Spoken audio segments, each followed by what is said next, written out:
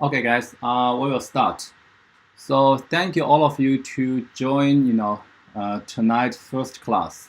So I'm Dr. Chen. I think you are supposed to know what is this class, but in case we have some new student who didn't, attended my seminar before, I will give you a very, very brief, introduction about the online prep class. So first, this class is trying to build a strong foundation for you to excel in the USNCO. So generally, I would like to aim at the national Power 1, like the top 150. But there's no guarantee because some of school, especially for those strong public schools, it's very hard for students to excel from the school because there is a 2-student limitation. But this is the goal. And we will cover all of the 10 categories of the topics in the local exam and also the national Power 1. If you don't know what are the 10 categories of the topics, you can refer to my slides, the slides for the seminar after this class. And I ask you to have at least 1 year of honors chem or any equivalence class. You can do some self-reading. Let's say you don't have 1 year of honors chemistry class learning in your school, but you need to have a similar background. And you also need to have a kind of strong background in algebra because the chemistry competition is a kind of built on the algebra. The first class, the topic is stoichiometry, so it's pure math. So I do not ask you to do any self-reading prior to the class. But after this, starting from next time, you definitely need to do some self-reading. Yeah, this is the main idea of the class. And the second thing I want to briefly talk about is the calendar of this class. So we will have 20 classes in total. Oh yeah, there is a schedule about what are the topics will be covered in this 20 classes. So we'll follow the order, and this order is based on the chapter order in a textbook, which is written by Zandel. So this one. So regarding to the textbooks, I will mainly refer to 2 textbooks. The first one is the Zandel. The 9th edition or the 10th edition are both okay, because there is no big difference between these 2 editions. And another one, which is also a good textbook, is Atkins. I recommend the 7th edition because compared to the 6th edition, the 7th edition, changed the framework completely. So if you still use the older edition, probably my assignment for your reading is not completely the same. So why I recommend these 2 textbooks? For Zandel, I think the challenging question at the end of each chapter is pretty good. It's hard. Most of the textbook, do not have those kind of hard questions. So the EOC problem, end of chapter problems in the Zandel, especially the challenging questions and the integrated questions, also including the marathon questions, they are hard. They are good enough for you to prepare the USNCO. For Atkins, what is the advantage of this textbook? The EOC problems are not so hard, but it covers a lot of topics or special contents required by the USNCO. So in general, the text, the contents in the Atkins textbook is good. So I will combine both of these 2 books into the handout, although I also refer to another few textbooks. But you don't need to have all of those textbooks. You just need to have at least 1. And then you follow my class. You read the contents we ask you to read in the handout. Okay. So talking back to the calendar, we pretty much will have like 3 to 4 classes per month, but we will not have class in like Thanksgiving and the winter break. Although I know different schools may have a different schedule for the winter break. And there might be a few I will try to control, like emergency case or unexpected situations, so which I will try to notify all of you in advance. But sometimes it's really hard. So if we have this kind of situation, I apologize in advance. Okay, so now let's start. I believe all of you now have my handout, right? Yes. So in each handout, I will list the chapters or sections I need you to read. For stoichiometry, I think it's okay. Because now I kind of muted all of you, and I don't know, whether you guys did the self-reading or at least go through this handout or not. Can you give me some feedback, like how many of you already go through the whole handout? You just need to reply a yes or no. Let me know. It will be pretty helpful.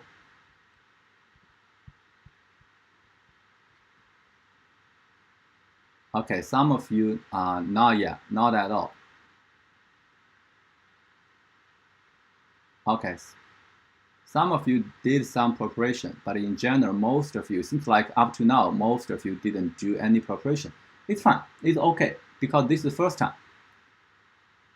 But for the following, the following classes, I may need you to really do some reading, not just to, go through my handout. You need to do some reading of your textbook. Okay, let's start. So the topic of this class is stoichiometry. I think you guys all know what is stoichiometry. And I list all of the learning objectives. The first one is the mole is a central concept. I kind of designed a diagram here. Can you use like 30 seconds or to 1 minute to try to understand what are the meaning of these 6 circles and how are these 6 concepts connected to each other? And it will be helpful for you to take some notes, write down something. Regarding to the notes, I need you to prepare 2 pens, 2 different color of pens. So one pen is used to take notes, to show your work. Another pen is for you to do some highlights, to do some correction. 30 seconds for you to go through these 6 concepts.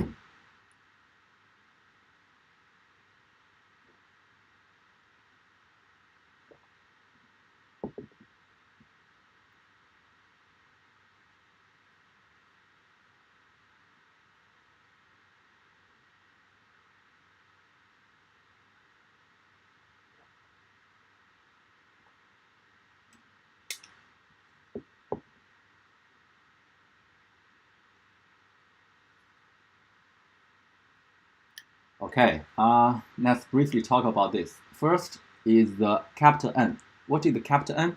The capital N means the number of particles.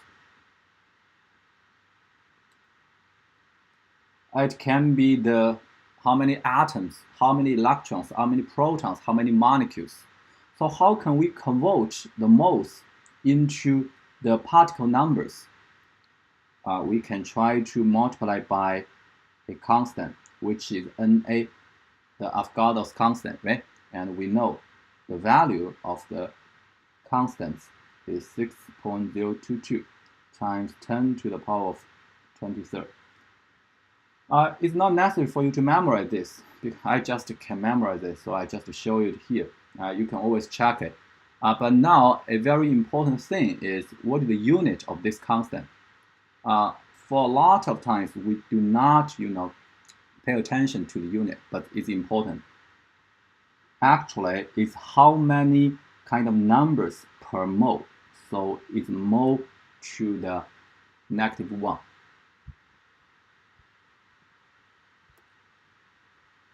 No problem, right? Let's give you an example. Let's say I have 2 moles of oxygen. So how many oxygen atoms do we have? It's pretty easy, right? We don't want to show the final results. We can just say 2 moles times 2 atoms per mole. So we got 2 Na atoms per mole. We got 4 Na atoms. So actually, this is the one of the first few questions in the 2018 local exam. But a lot of students just made a silly mistake here because they didn't realize it asked you the oxygen atoms. The answer is 2 Na. They thought it's asking you the oxygen molecules. And not just one student. I know a lot of students made mistakes here. So it's very important for you to read the question very carefully. You may need to highlight some keywords, right? Like atoms. Here it asks you the atoms. So this is the first one. I think I may need to speed up a little bit because I think after 1 year of learning chemistry, you all know this kind of things. It's just a brief review. So how to convert the moles into mass? We multiply by the molar mass. I prefer to use MW for molar mass. Different textbook may use different symbol. Some of textbooks use the capital M for molar mass, although capital M is also used for the unit of the molarity, mole per liter. But here, the MW here is the molar mass, is the gram per mole. The unit is gram per mole. No problem, right? So this is for solid and for liquid. If it's a gas, we know the mass is hard to measure. So usually for the gas, we measure the volume. So how can we convert the moles into the volume of the gas? We can use the ideal gas law, but here I want to introduce another concept, which is called Vm. What is the Vm? Is called molar volume. So similar to the molar mass, it is how many kind of liters per mole of gas, right? So the molar volume of an ideal gas at STP, you guys know what is STP, right? Standard temperature and pressure, which is 0 degrees Celsius and the atmospheric pressure, right? So at STP, the molar volume of an ideal gas is 22.4 liter per mole. You also don't need to memorize this value, but you may need to know how to calculate the molar volume at STP after you learn the second chapter, not second chapter, second handout, which is gases. So here I just listed here. Okay, so the last two are the concentrations. So here, concentrations for solution. So here I listed 2 different ways to express the concentrations. The first one is called molarity. Molarity. Molarity is unit is mole of solute over liter of solution. So the unit is mole per liter. So it's just the opposite of here, liter per mole, but they are completely different, right? Here is for solution. I think molarity is okay because it's nothing new. And another one is called molality. Molality. For students who don't know what is molality, can you give me some feedback? You just say, no, I don't know. Molality. Because I don't know how detailed I need to explain it. Please type your feedback, yes or no, for molality, the concept.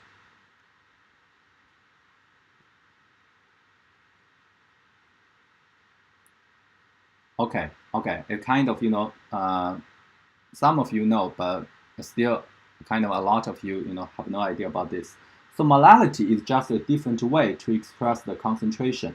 It's the moles of the solute. So this is the same as the molarity, but here is the kilogram of the solvent. So I need you to pay attention. Here is the volume of the solution, but here is the mass of the solvent. So not only the unit is different, but also the concept is different. One for solution, another one for solvent, right? Okay. So why we define the molality like this? Let me show the full name. Molality, like this. If we compare these two concepts, we may need to connect how we prepare the solution. For example, if I want to prepare like 100 milliliter, 1 mole per liter of sodium chloride solution, what kind of glassware I need? If you did this experiment before, I think you can easily, reflect. We may need to have something like this. What this? This is the scale. This is called volumetric flask, right? So which means we do the calculation first. How to do the calculation? If you need to convert the moles into the molarity, so is N, we need to use divided by V, but this V is the volume of the solution, right? So divided.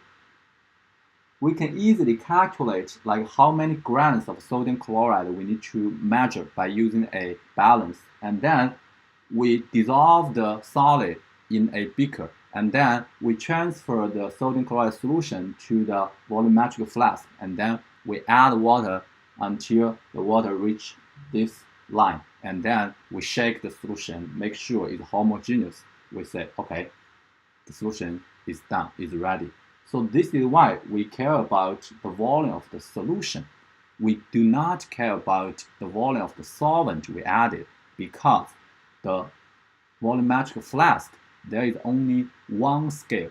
When you add the solution in until this scale, until this line, which means the volume of the solution is fixed, is 100 milliliter, right? Okay. If we want to prepare something like this for the molality, let's say I need to prepare like 1 kilogram, not 1 kilogram. Now do not set up the mass. I need to prepare 1 mole per kilogram of sodium chloride solution. How are you going to do this? You still do the calculation. So let's say I need to prepare 1 kilogram of solution. 1 kilogram, no, not 1 kilogram of solution, sorry. Let's say I measure 58.5 grams of sodium chloride, and then I dissolve this much of sodium chloride into 1 kilogram of pure water, and then I get this solution, right? I get this solution. So it's also very convenient. So we just need to care about what the mass of the solvent you added. We don't care what will be the final volume of this solution, right? So both of these two methods are used. So here, if we want to do the conversion here, what should we do? We need to divide it by the kilogram of the solvent. I have no space to make it clear. Or the mass of the solvent may be more clear, more accurate is the mass of the solvent. Okay, could you please tell me this kind of speed is okay for you, or is either too slow or too fast? Could you please give me some feedback?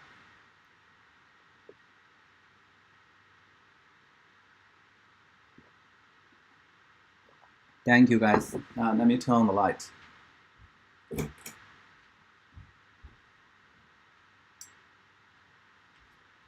Okay, now can you tell me why, when we already have the molarity, we still need to have something called molality? So what is the benefit for us to use molality? And what is the case for us to use molality? What kind of application molality is more useful or more important than molarity?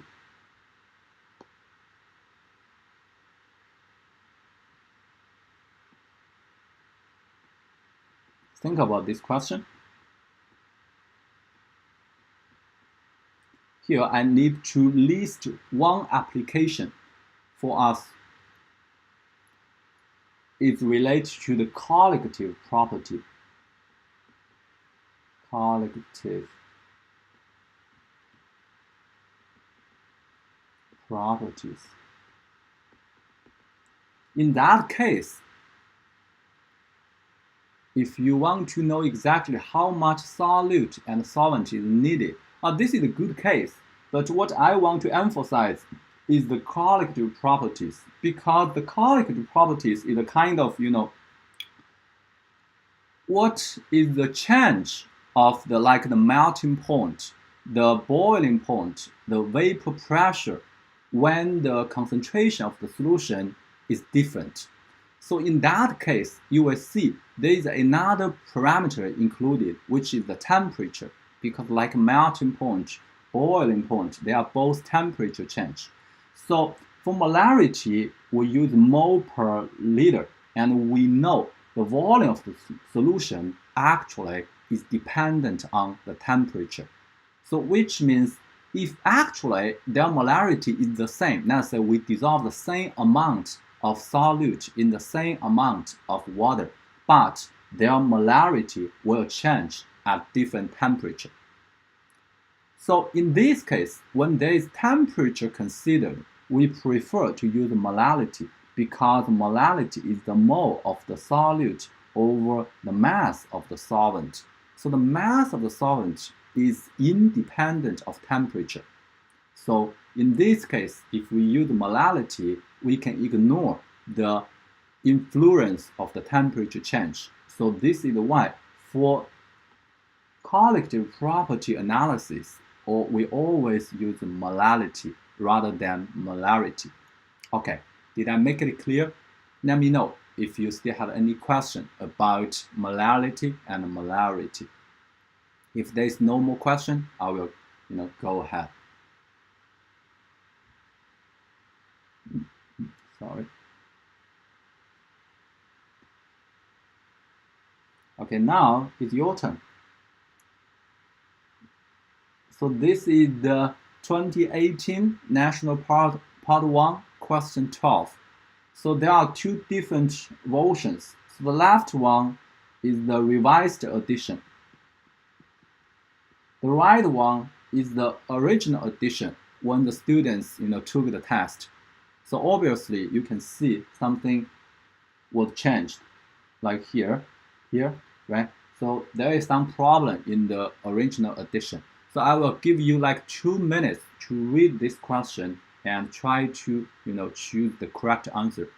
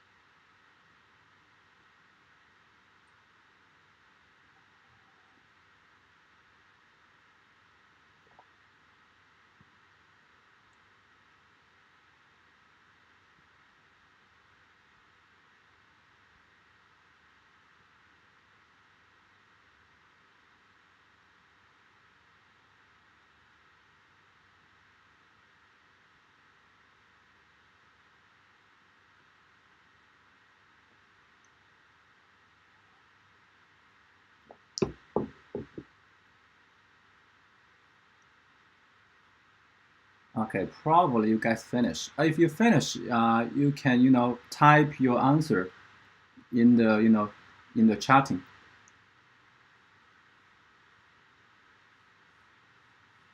if you're not sure, you just say, I probably think both A and C are correct. You can choose, two answers.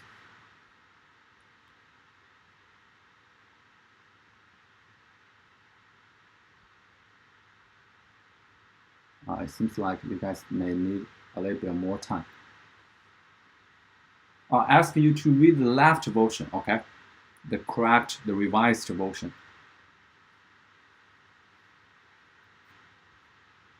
If you finish, you choose the answer, you can share your answer key with us.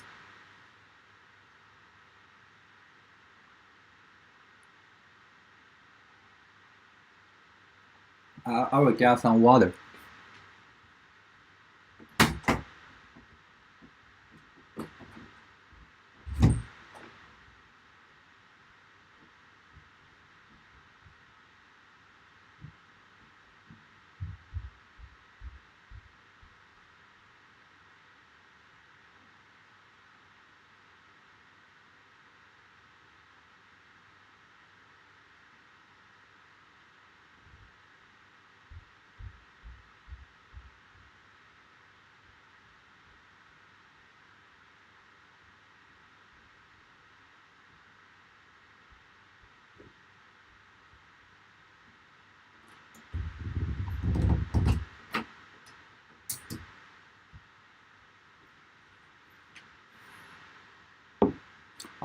It's completely fine for you to give a wrong answer because we are discussing, right? We are learning. It's not a test.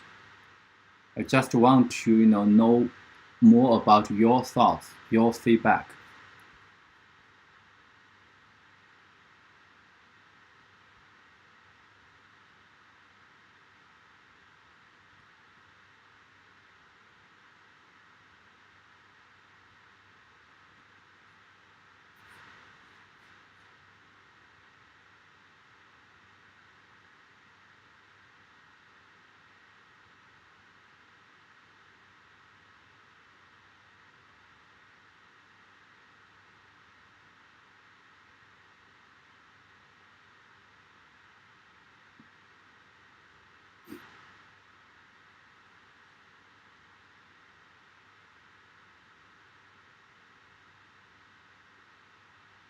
Yeah, thanks for your feedback. And for the other students, if you have any idea, you can share with us.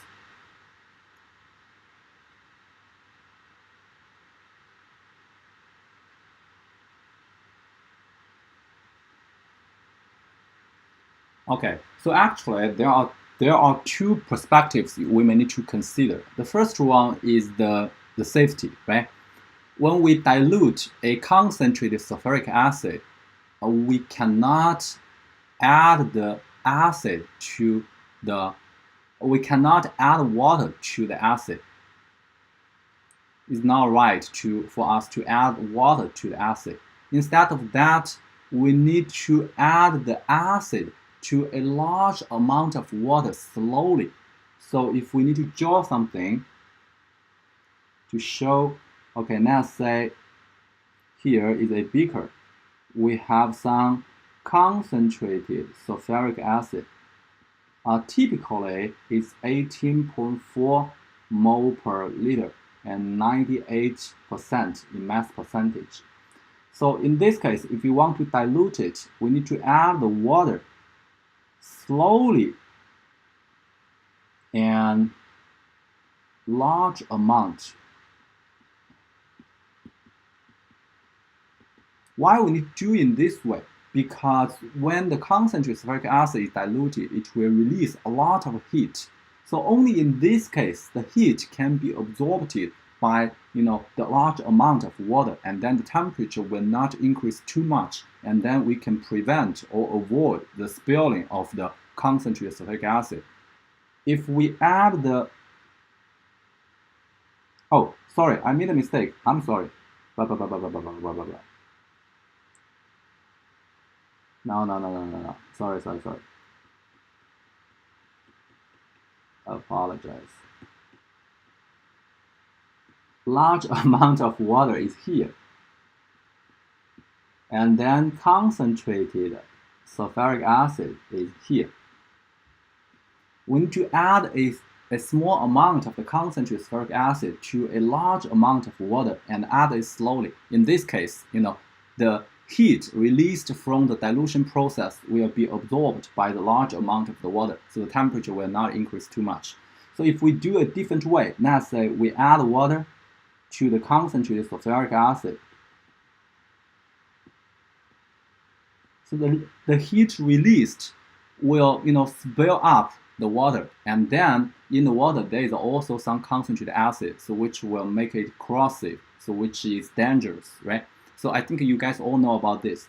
So from this perspective, let's say acid to water. From this perspective, which answer is wrong? A, B, C, D.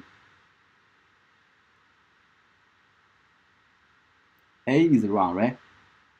Because A is add the water to the acid. So this is water to acid. Is not right. B, acid to water to acid. And also another incorrect operation is do the dilution in the volumetric flask. This is also wrong, because if you do the dilution in the volumetric flask, the temperature change will make the volumetric flask imprecise. Volumetric flask is a kind of a precise glassware. So if you read the mark on the bottle, you will see there is a temperature like 20 or 25 degrees Celsius. So which means only in this temperature, the scale shows you the correct, the precise volume. At different temperature, the volume may change. So which means we cannot do this. So both A and B are wrong. So now we have C and D. Let me see. C is slowly pour the concentrated acid into a beaker with a large amount of water. Well, looks like very reasonable, right? Let's have a look at D. Deionize the water into volumetric flask and fill the mark with concentrated spheric acid. Okay, it seems like it's also acid to water. But as I mentioned before, you cannot do this dilution directly in the volumetric flask, right? Because volumetric flask will change its temperature and then make it imprecise. So from this perspective, it's also wrong. So A and B are wrong due to they both use water to acid. It's dangerous. So it's the safety issue. And the last one is wrong, is because the temperature change will make the volumetric flask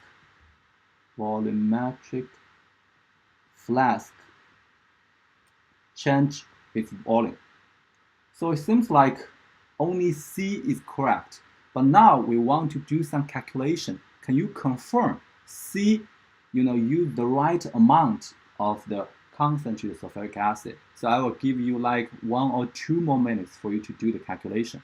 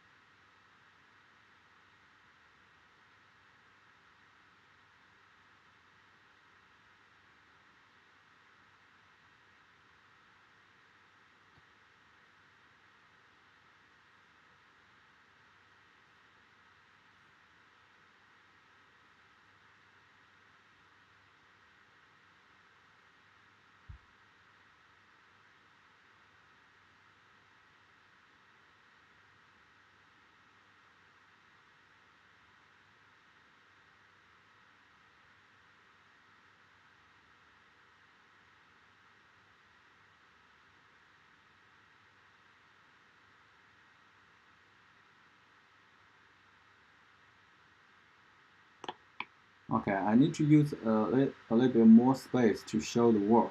So I will show a diagram.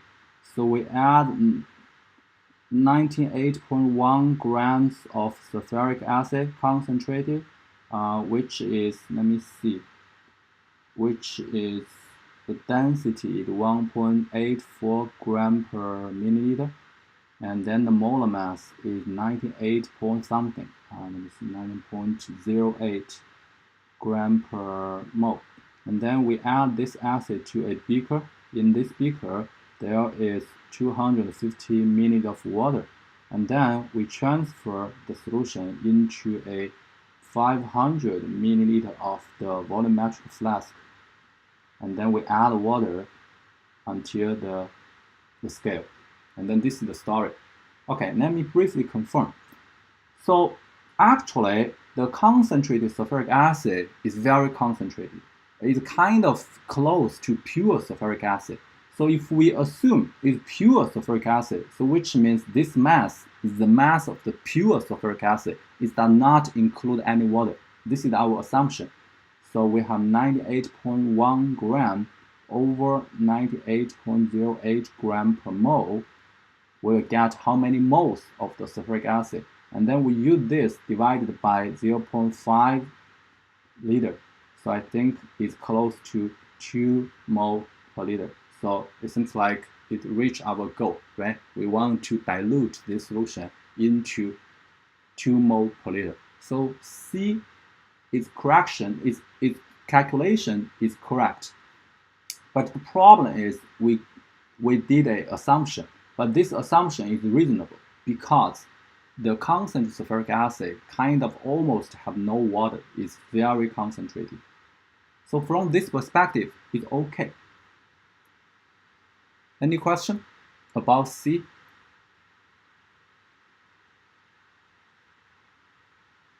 If there is no, I will talk back to D. Can you double check except the temperature change? Let's say if you do not care about the temperature change, is the calculation correct? The 446 gram of deionized water into a 500 milliliters of volumetric flask. Is this calculation correct? Let's also have an assumption. So when we mix the concentrated sulfuric acid and the deionized water, the volume, the total volume will not change. So which means 446.6 grams of deionized water is the same amount of milliliter of volume. So which means if we use 500 minus, we got around 53 milliliter. 53 milliliter of the concentrated sulfuric acid. And then we have the density. So we can calculate the mass is 53 times 1.84. And then we can calculate the results. I think this result is close to 98 grams, right? So which means the calculation in D is also correct, but method itself is wrong. Okay, if you have a look at the right side, the original version, obviously the calculation in A, B, C are all wrong. So this is why a lot of students actually they understand D is a wrong operation, but only D has the correct calculation, so they choose D. But when the test maker designed this question, they meant to choose C, but they probably made a mistake in the calculation. Okay, is this question clear?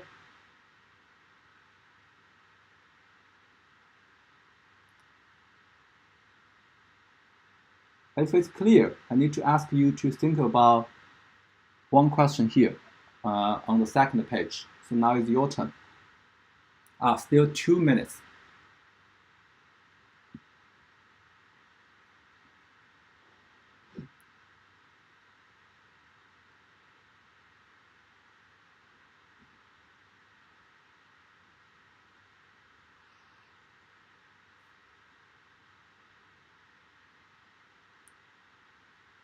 Okay, anyone give some thoughts if you finish thinking? Kind of you got some idea.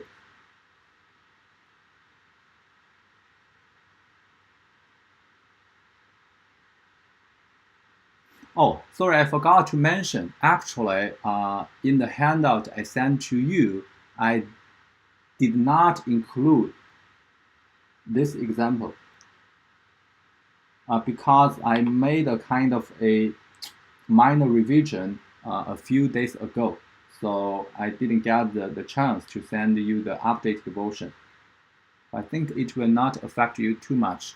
So in the future, I will also send you the electronic version of the handout 1 week before our class. But after 1 week, there might be some minor revisions because I'm always trying to make my handout close to perfect, although I know it's never perfect.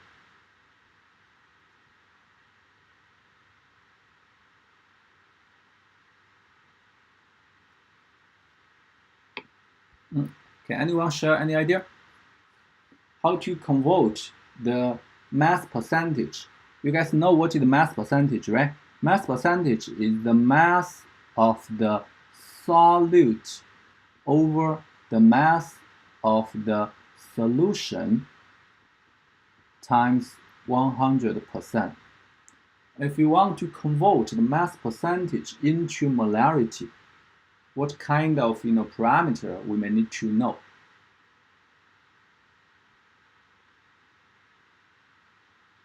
Okay. Alien talk about we need to know the density of the solution.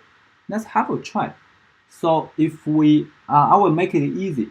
So mass of the, how can I make it easy? Solute, solution. I need to have an abbreviation for solute and solution. It's fine. Let's just do it. So mass of the solute can convert into the moles of the solute. I think this is easy by divided by the molar mass, right? And then how can we convert the mass of the solution into the volume of the solution? Yes, you probably realize we need to divide it by the density of the solution, right? So if we know the density of the solution, we can convert the mass percentage into the molarity.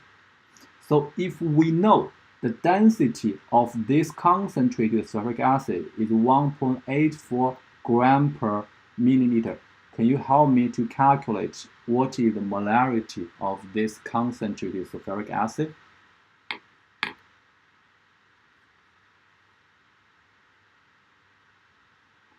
So if you have the printed version, you can show your work on your handout, and I will do it at the same time, and then we can double check with each other.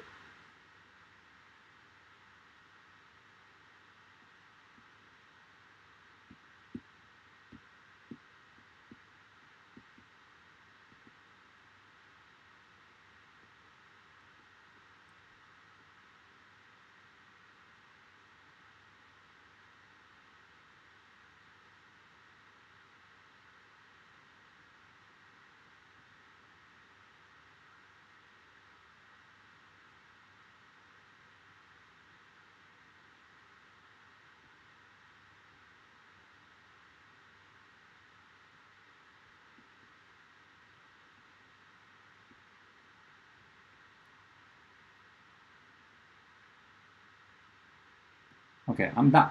So I got the results is 18 mole per liter. So what is my method? I kind of assume we have 100 grams of solution. So in this 100 grams solution, we have 98 grams of the solute, the pure sulfuric acid. So this can also confirm our assumption in the previous question is reasonable because 100 grams of solution, we have 98 grams of the pure sulfuric acid. So we can assume, it's pure, right? So we use 98 divided by the molar mass. I use the 100 gram divided by the density. So I get the final results is 18.4 mole per liter. But if we follow the rules for significant figures, we can only have 2 significant figures for the final answer because this 98% has only 2 significant figures. So I may need you to pay some attention to the concentration of the concentrated sulfuric acid is around 18 mole per liter. Please keep this value in mind. It's not necessary for you to memorize this value, but it's good for you to know about it. Okay, so this is my first topic, first learning objective, a kind of a brief review to the concept of the moles and all of the other related concepts. So the second learning objective is the limiting reactants and the yield. I assume all of you had the background and all of you took my diagnostic test. So I will not, show my work here. I will just briefly talk about why the final answer has only 2 significant figures, not 3 significant figures. So which value limit our final, significant figures? Is here, right? The 1.0 milliliter. But when I was grading your, diagnostic test paper, I found several, not mistakes, some issues. First one, not show full work. When I say full work, which means each value in your calculation needs to have a source. If there is a value which is not shown in the question itself, you need to show how you get it. For example, a lot of students just use, let me see, yeah, 1.08 gram of acetic anhydride to do the calculation, but didn't show how we get this 1.08 gram of AA. Although it's very simple, right? We just use the volume times the density, we can get the mass. But you need to show this step, right? Because this value is not provided in the question directly. So all of the unknown values need to be shown. Secondly, not including the units in the calculation process. For example, so the mass of the AA equals to 1.0 milliliter times 1.08 gram per milliliter, get 1.1 gram. All of the units are required in your calculation. So this is a kind of a standard answer, a standard work. So you need to put a unit in. Okay, so this is the first issue, the full work. The second one, pay attention to the significant figures. Like here, the final answer here, there are only 2 significant figures. If you don't know what is the rule for significant figures, please do some reading by yourself after this class. This is the second issue. Let me see. I think the others are fine. Oh, the third one.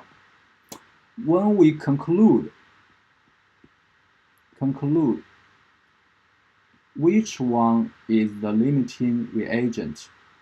Conclude the limiting reagent.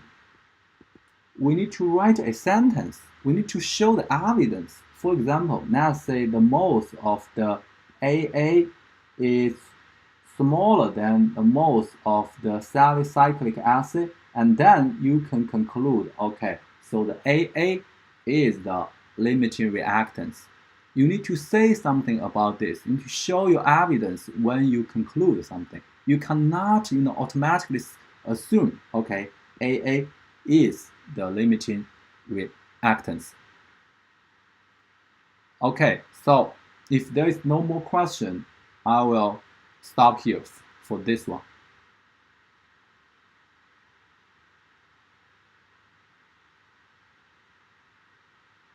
Another related question, if you guys use 3 significant figures, you probably will find the final answer is kind of 75.5. I forgot the exact value, which is slightly different from the answer I provided here. It's reasonable because this is exactly the meaning of significant figures. When you have one less significant figure, the last digit actually is estimated or imprecise. So it can be either plus and minus 1 or either plus and minus 2. Sometimes it can be plus and minus 5. So they are all acceptable. Question?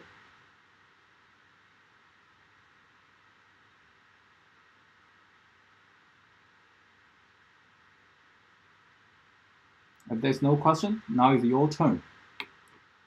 So I need you to figure out this question independently, but I can only give you like 3 to 4 minutes, not too much time.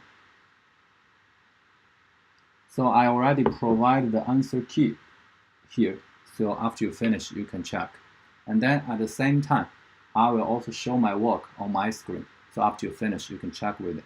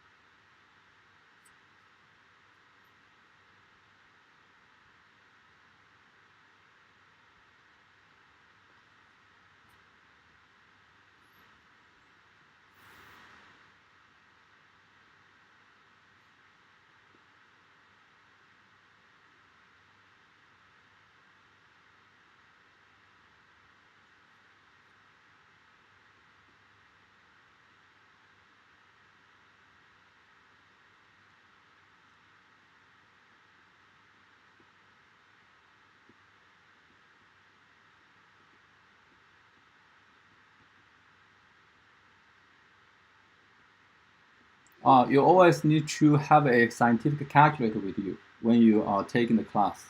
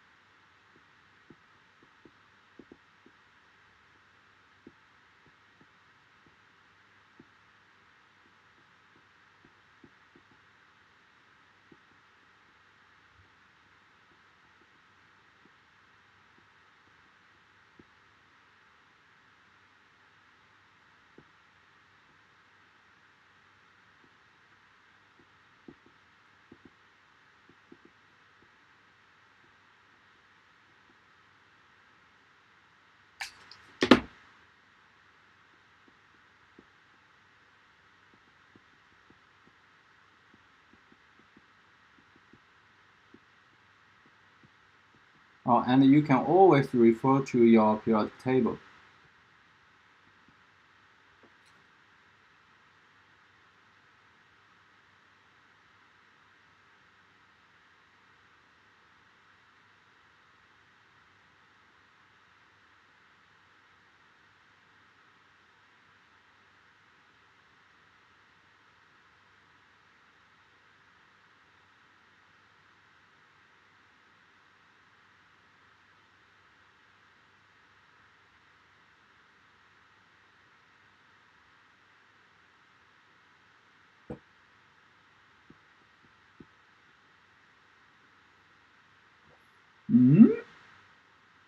Obviously, I got different answer. I forgot times 2.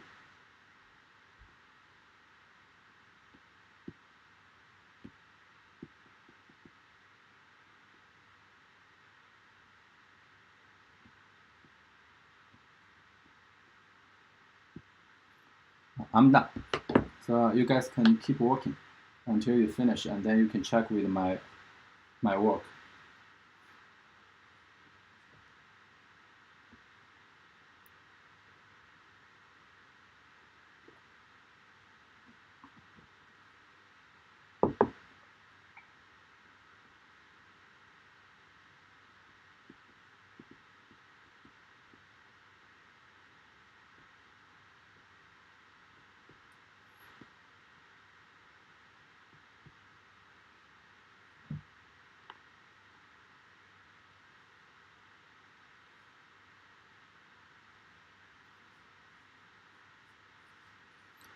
please give me some feedback if you finish, because I don't know what is your progress right now. So if you finish, you say yes, and then when a lot of students say yes, and then we will talk about it.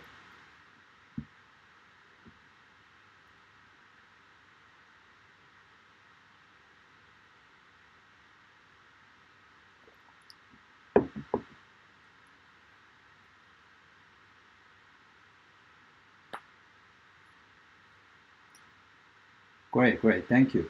So I think no big problem. So stoichiometry, according to your performance in the diagnostic test, my main job is not to teach you how to figure out the answer, is to teach you how to show your work, show a kind of standard work, units, significant figures, a full work. So it's more like the manner. It's not like the math. I believe you guys all have a very strong math background, so there's no problem for you, right? But you may need to pay attention to how to balance the equation, right? Because this is the key point for stoichiometry. Okay, so I suppose all of the others who didn't, give me feedback kind of finished. So I will move. So if you guys didn't finish a question, please don't stop here.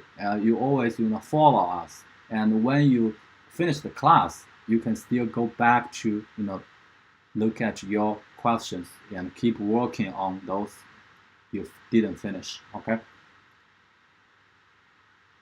So this is the second one. The second one is the limiting reagent, the yield. The third one is called volumetric analysis. Basically, it's titration.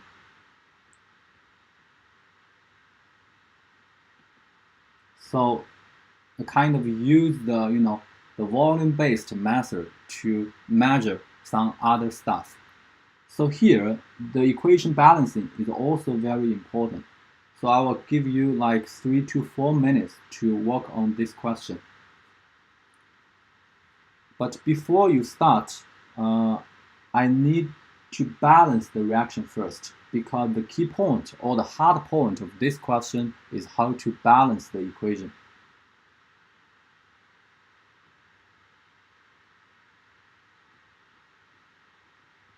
I will just show a net ionic equation because I don't want to show the spectators. They do not involve in the real reaction.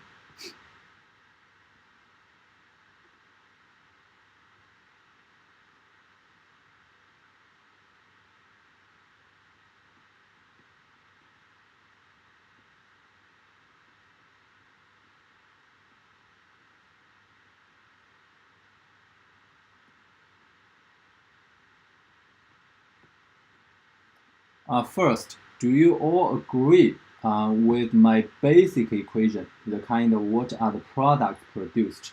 So it's also related to nomenclature.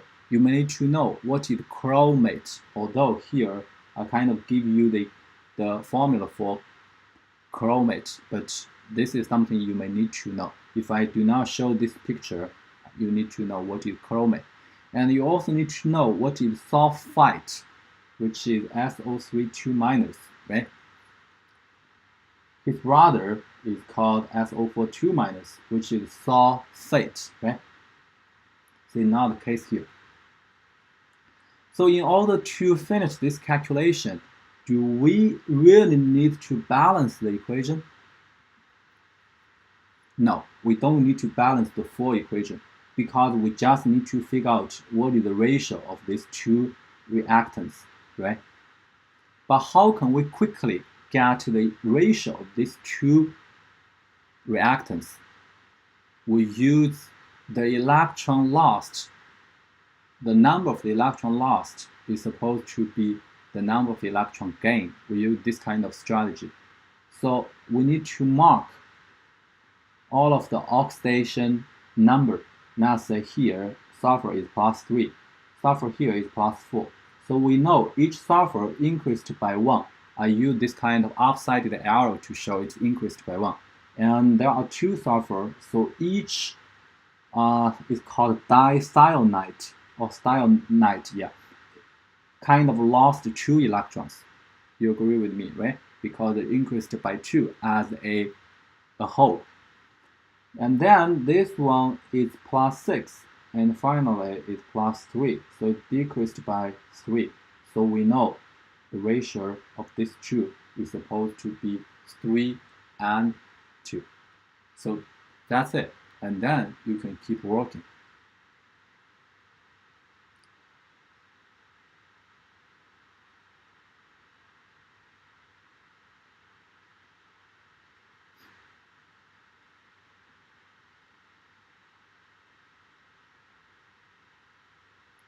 I think for the other parts, I don't need to show the work.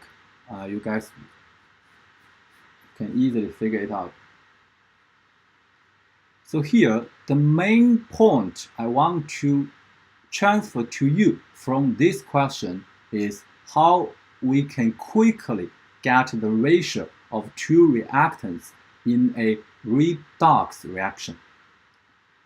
We kind of use the number of electrons transferred is conserved, kind of how many electrons is lost equals to the number of electron gained. So we use this kind of strategy. We show all of the oxidation numbers and we mark the oxidation number change, and then we try to balance the reactants. And if this question is asking you the product, it's also easy, right? Because we just need to follow. If the left side has 2 chromium, the right side also need to have 2 chromium. If the left side has 6 sulfur, the right side also need to have 6 sulfur. Okay, before we take a 5-minute break, I want you all of you to give me some feedback. So how is the class so far? If it's okay, give me some feedback. If it's not okay, you can also tell me. Like it's too fast, it's too slow for you, or you want something else.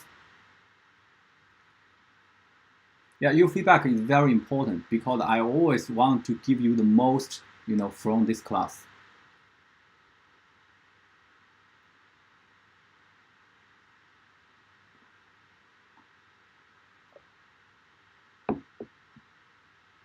Okay, got your feedback. Most of students think is okay, but there are a few think is a little bit fast. Although there is one student think is a little bit slow. Definitely, although you guys are all very good, but we definitely have different backgrounds. So I try to respect most of the students here. So which means I assume is a kind of okay. Thanks for your feedback. So let's take a 5-minute break and we will restart at 8:07. Okay? 8:07.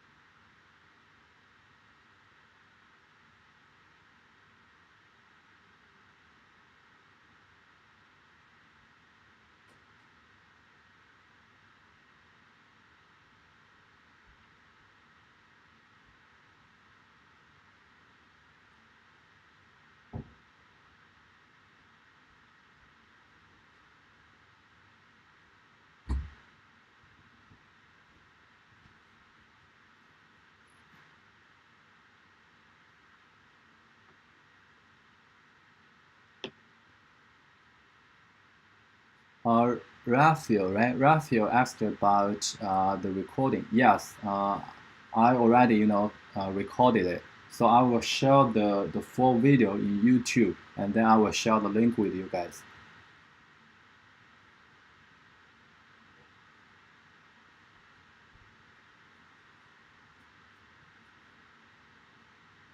And for the following classes, if you are commitment to take this class, I will, invite your, my assistant will invite your parents to a not Google, it's a WeChat group, and I will also invite you guys to join a Google Classroom.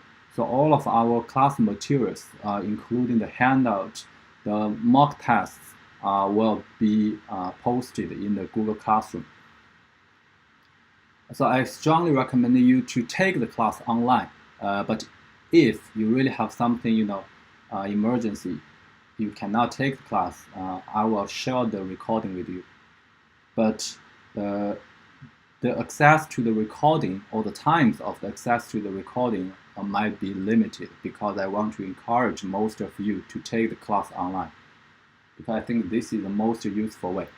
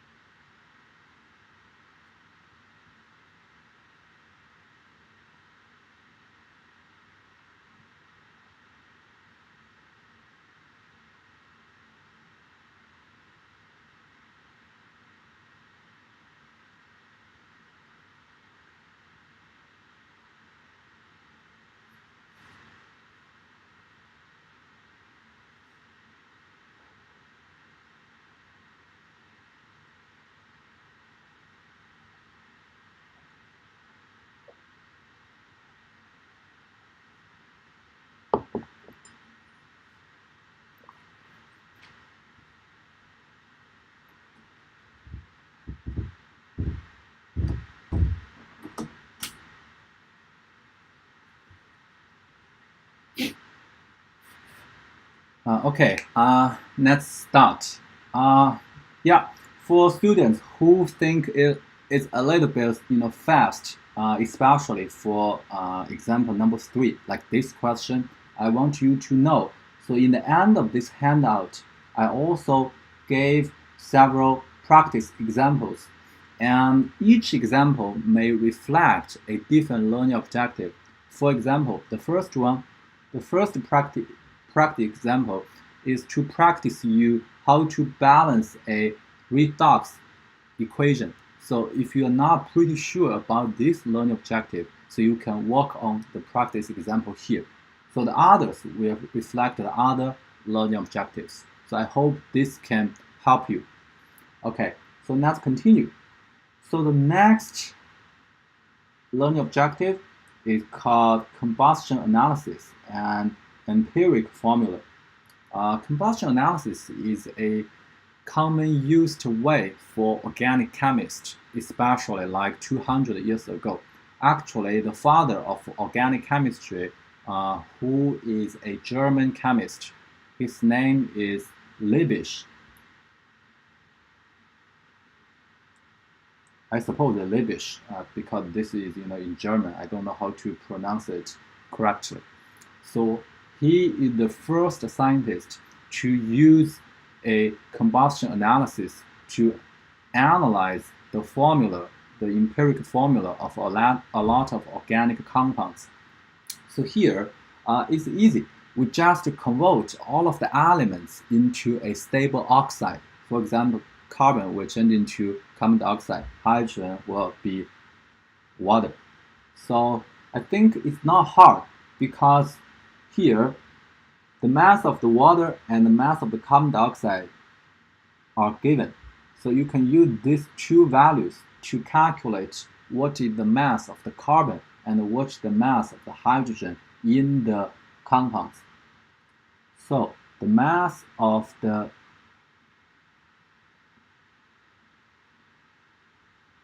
hydrogen equals to 1.902 times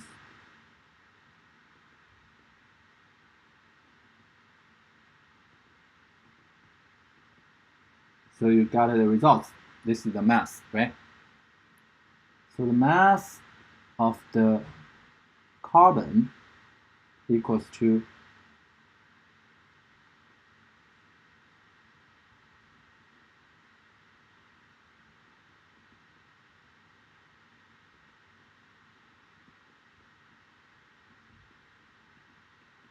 we got another one. Okay, I just started this question, so I will give you 3 to 4 minutes for you to keep working.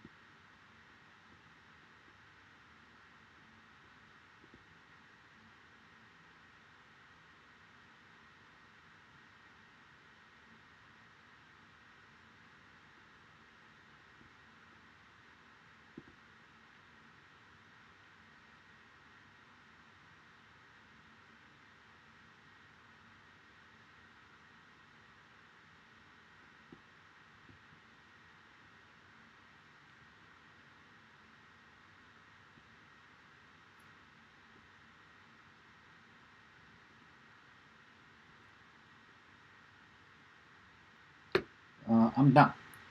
Typically, I will, start a little bit late after you, and then I will try to show the full work. So which means I might take a longer time than you. So which means when I finish, I suppose most of you are kind of finished. So could you please give me some feedback if you finish? If you didn't finish, also let me know.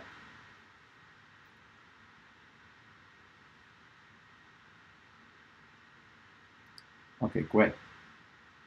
So here, I want to remind you one thing.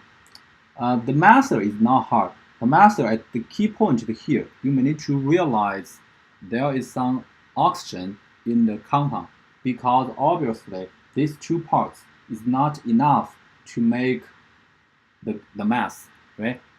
So why here I have only 3 significant figures? So this is the only thing you may need to pay attention in this question. So you see, I have 1.621 minus 0.2129 minus 0.8446. So after I finish the calculation, it might give me a result. There is a value here, but why I neglect this value? Because here the last digit is estimated. So which means if this digit is estimated, the result you got, this digit is estimated. So it's not necessary for you to keep the last one. So this is why your answer has only 3 significant figures.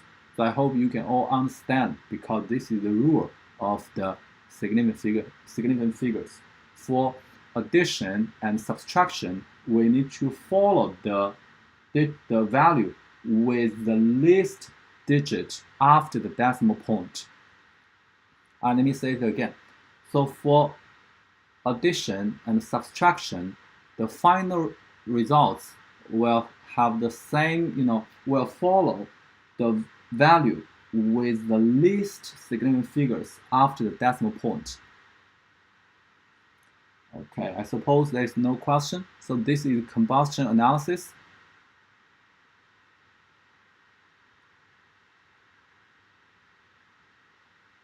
So there is another question, which is not combustion analysis, but is quite similar to combustion analysis, because the goal is also to get the formula. So you guys can read this question and try to work out by yourself.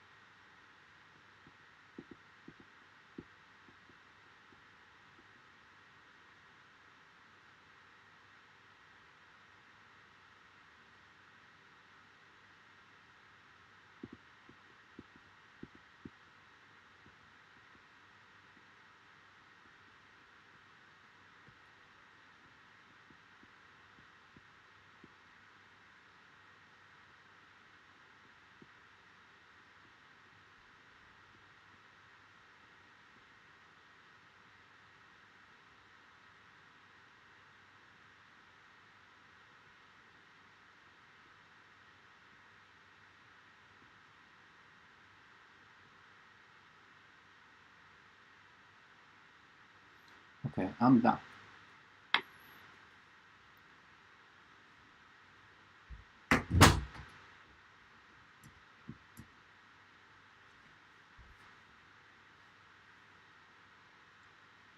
You guys can also give me some feedback.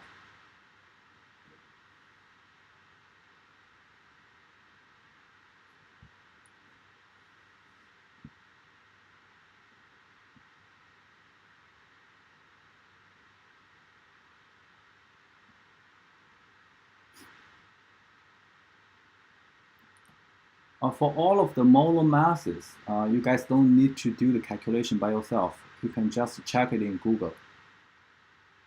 This is what I did.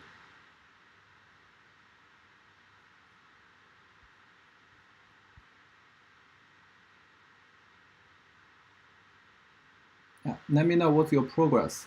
Still working? Finished?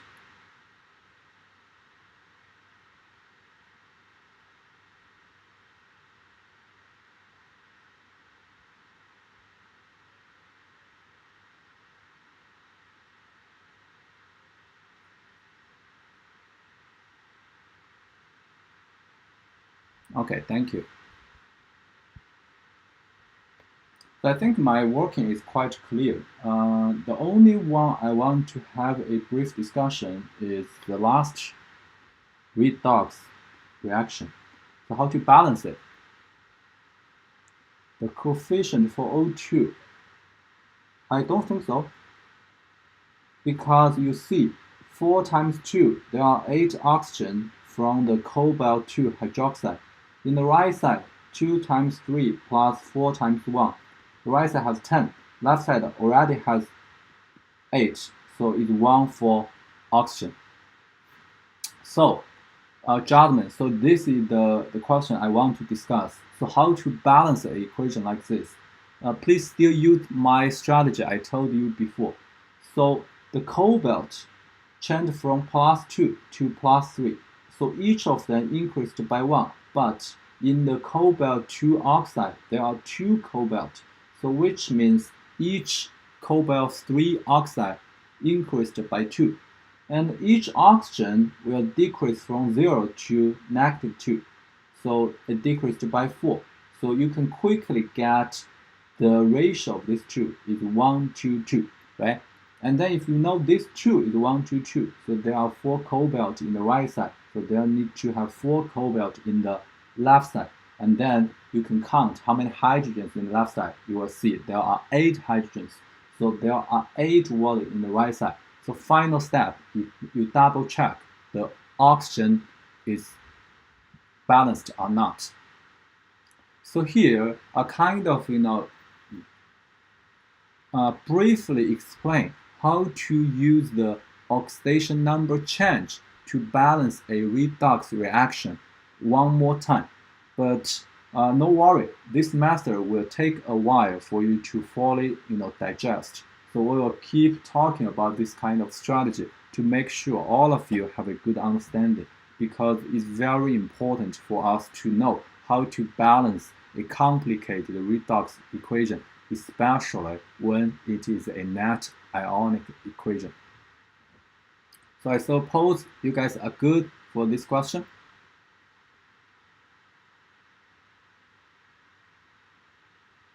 I think it's the last part, right? Yeah, almost the last part. It's a mixture analysis. So still, I will give you a few more minutes for you to work on this.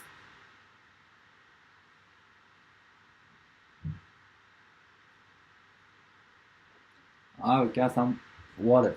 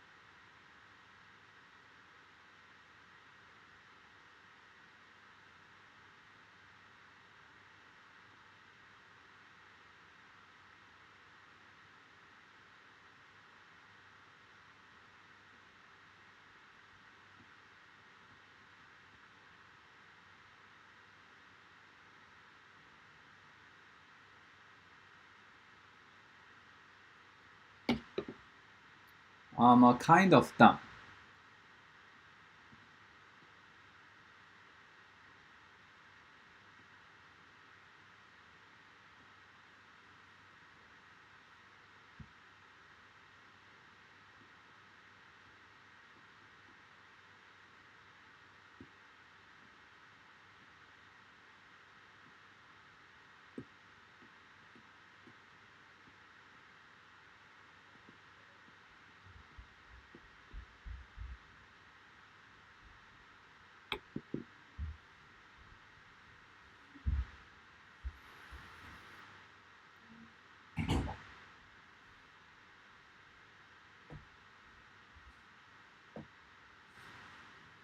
Okay, let me know you finished.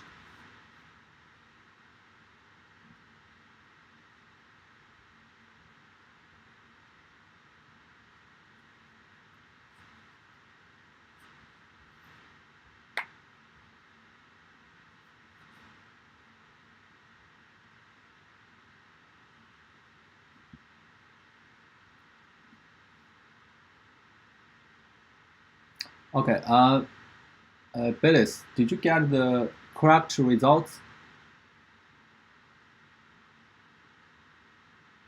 With the correct significant figures?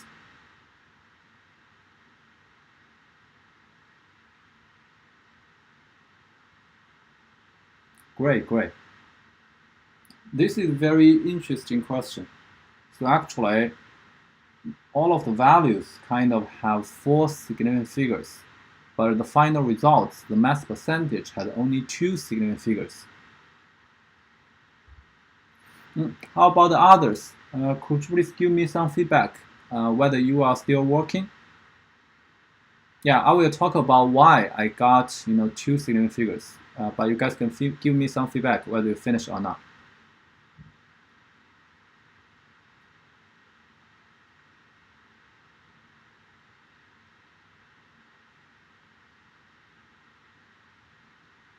Okay, good, good.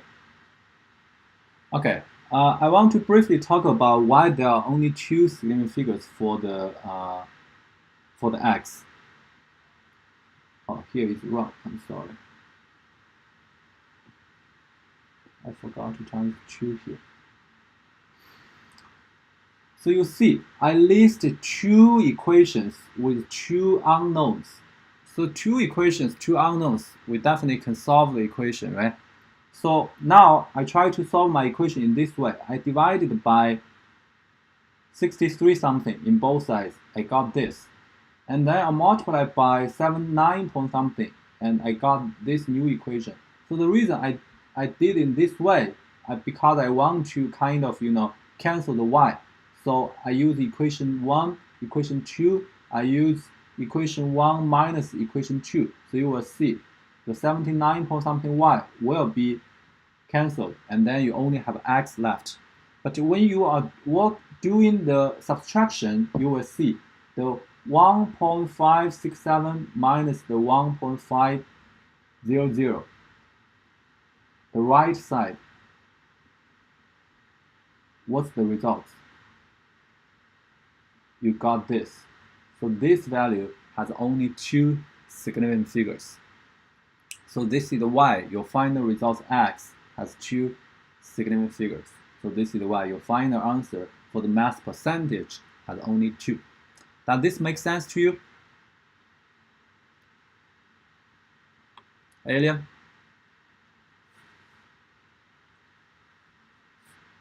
And also for the others, I think probably most of you guys will have some issues in the significant figures. Let me know if this makes sense to you.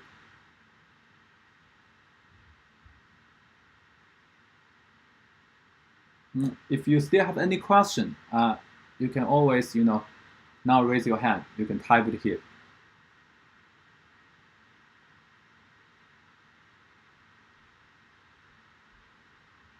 So no matter what is the strategy for you to solve these 2 equations, either you try to cancel the x, I think you will get the same results. So when you do the subtraction, the significant figures will kind of decreased. You only get 2 significant figures. So Alien, did I answer your question? Ah, you use a different way. You didn't come across the 1.567. I don't know what's your method. Maybe after the class, you can, take a screenshot and send to me. You know my email, right? So you can send your work to me, and then I can double check for you to see there is something wrong, or when we use a different strategy, a different method, we will get different significant figures. But based on my understanding, no matter what is the way you worked, I think it's highly possible for you to get only two significant figures. Okay, so this is a mixture analysis. The general strategy is, assume two unknowns, make two equations, solve the two unknowns, and then it's clear. So similarly, we'll also have a question for as here, but obviously this question is slightly harder than the example we just talked. So number 5 is a question for you to practice the mixture analysis. Okay, the last question is some other integrative analysis. For example, we can include the collective properties. We can also include the gas law. So here, I will not put gas law here because we are going to discuss the gas law in the second handout. So here, I gave you an example of collective properties. And if you don't know what is collective properties, let me give you a very brief introduction. So this is the sentence. The freezing point depression for 0.312 gram of compound 1 in 25.0 gram of benzene is so many degrees. And the freezing point depression constant for benzene is this. What does it mean? So we know the benzene, the pure benzene liquid, will have a certain freezing point, kind of, the melting point, right? But when we dissolve something in the benzene, make the benzene into a solution, benzene is a solvent. So this kind of solute, they will typically make the freezing point of the benzene lower than its original value. And how much is lowered? Let's say delta TF means kind of how many degrees Celsius it decreased. It's called delta TF equals to a constant K times the molality of this solution. So here, this is the K. So if you know the delta TF, actually you can calculate the molality. So here is the information for you. Okay, I will give you like 5 minutes for you to work on this question. This question is a little bit hard. If you still have any question about the collective properties, you can do more reading after class. But if you have a question about this equation, you can ask me now, because we really need to use this equation to solve the problem.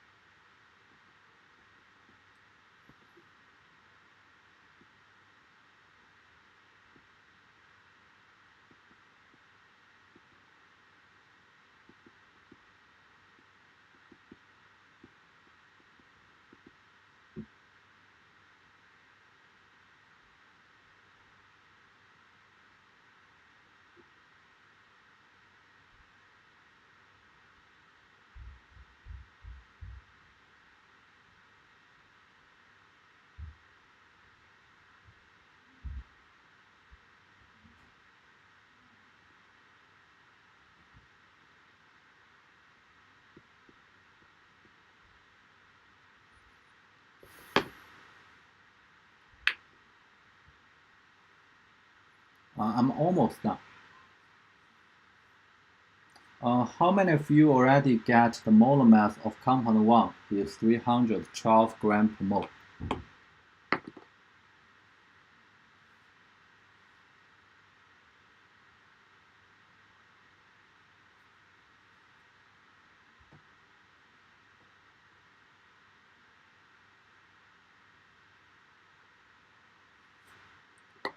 I need to point out here the molar, actually it means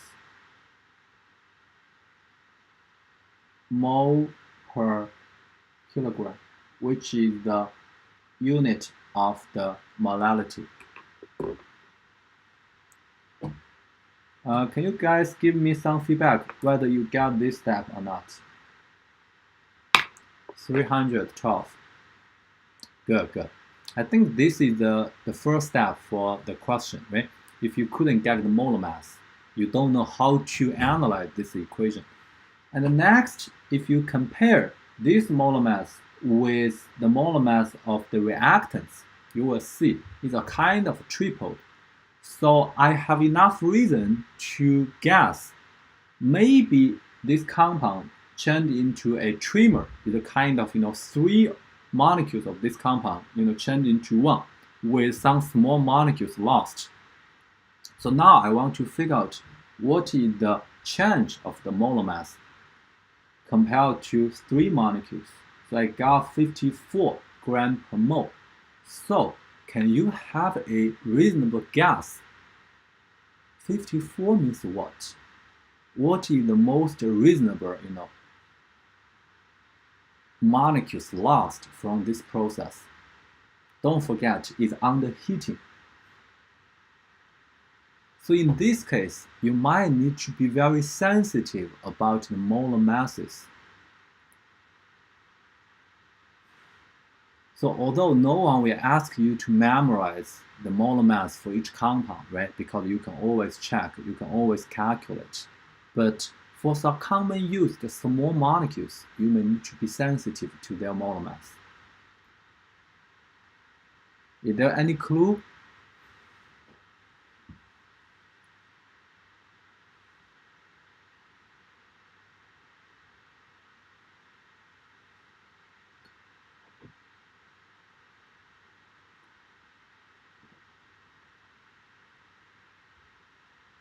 Yeah, alien, proposed is water.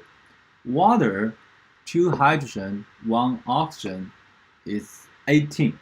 So 54 is exactly 3 water molecules. So if we lose 3 water molecules, what will be the structure of the compound 1?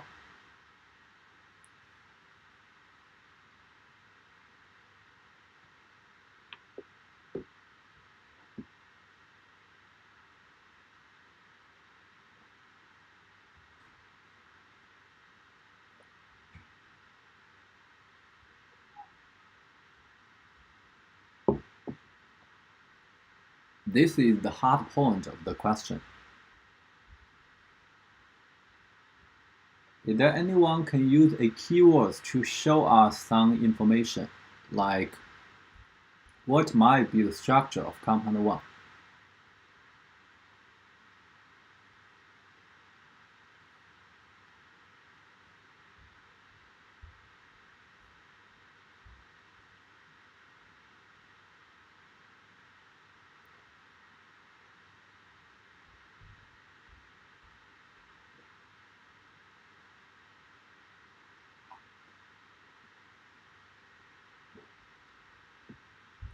It's not easy, and this is kind of not a typical, USNCO style question, because the USNCO is a kind of very standard. It will ask you some standard question, but this question is kind of you need to be open-minded, right? You may need to guess, you need to imagine what is the structure. So obviously, if we need to lose 3 water molecules, so which part in this structure has the possibility to lose water molecules? I think it's supposed to be this 2 hydroxyl group, right? And then is a trimer, which means 3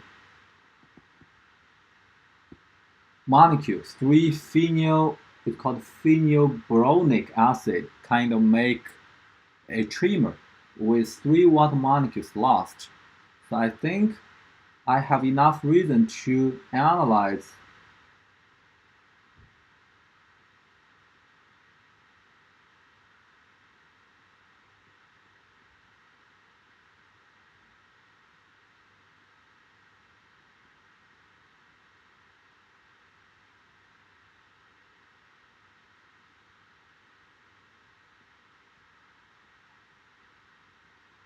it's like this. Do you agree? Kind of, each 2, finally they make a 6-member ring, but 3 water molecules are lost. Make sense? It's hard to think about this. Maybe it's not so hard, but it's reasonable. Okay, guys. How is this question?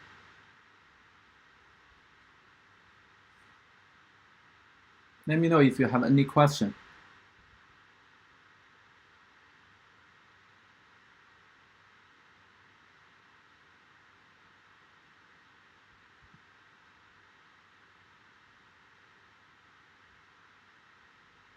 Yeah, why I multiply by 3? Because when I compare the molar mass of it's called phenylboronic acid with the 300 something, I think I have enough reason to analyze it might be changed into a trimer, because the molar mass is kind of triple, right?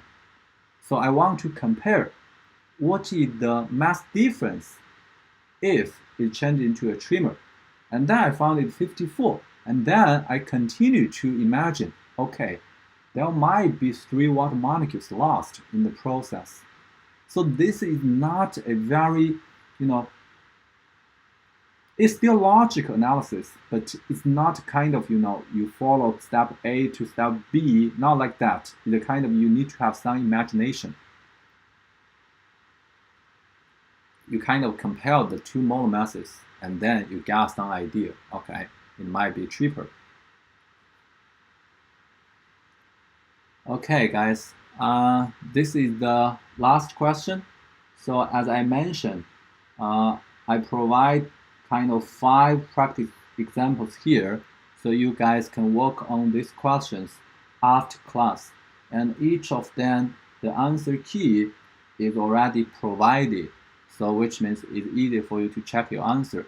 But for stoichiometry, what I want to emphasize is not how you get the results, is how you show your work, how you, have a good habit to show your work, including the units, a clear work, some important sentences to show the evidence, the final results with correct significant figures.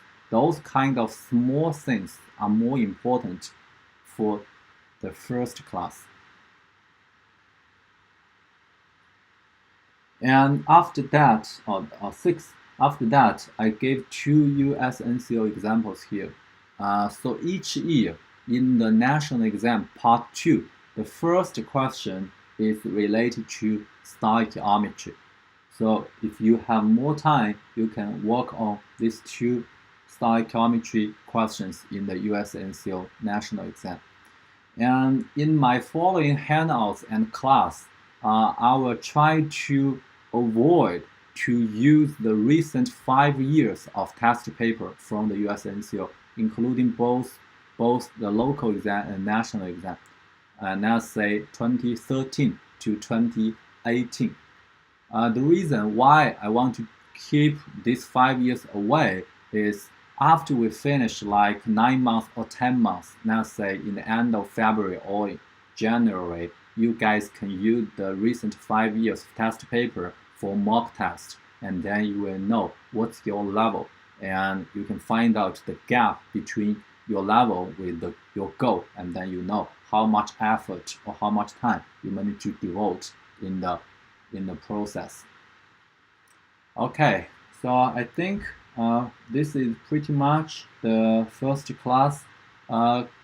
If you guys can give me some feedback, like the speed is okay, is too fast, is too slow, the contents is what I need, and the analysis is okay or is not okay.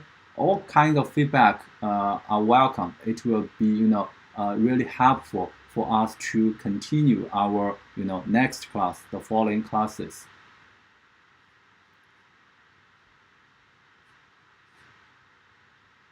And if you want to take this class, I think your feedback will be also useful for us to have a better communication, because the more I know you, the more feedback you gave me, the better our class will be.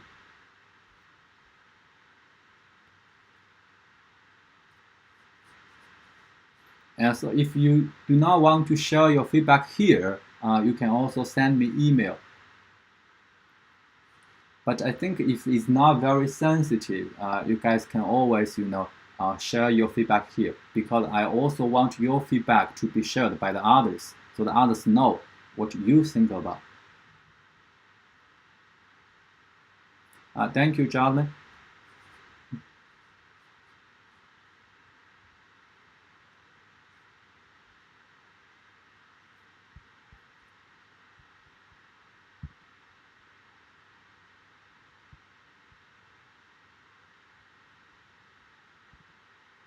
Oh, including like my style.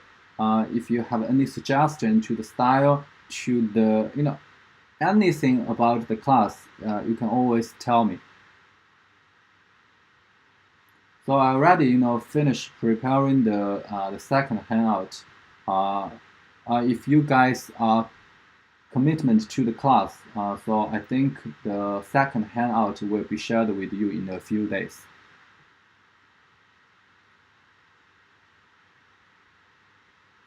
Thank you all of your feedback. So in general, in each class, in each 2 hours class, yeah, we will kind of finish about 10 page of handout. Yeah, here is similar. It's around 12, 13 pages, 14, but the last few pages are practice problems. So 10 pages of handout for 2 hours. And the style for the following class might be changed a little bit because the contents is slightly different in style. Because the first class, stoichiometry, is mainly focused on calculation, right? Strategies.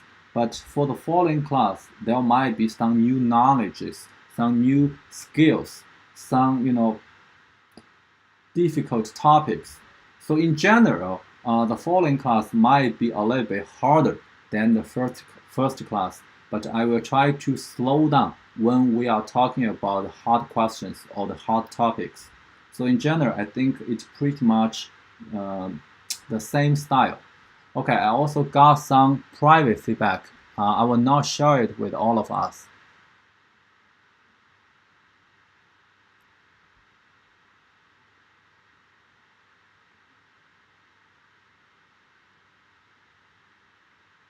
Okay. Thank you guys. Thanks all of your feedback. So let's stop here today. You guys can always send me email if you have any question about chemistry or any question about the class. No more question. So we'll stop here. Thank you guys.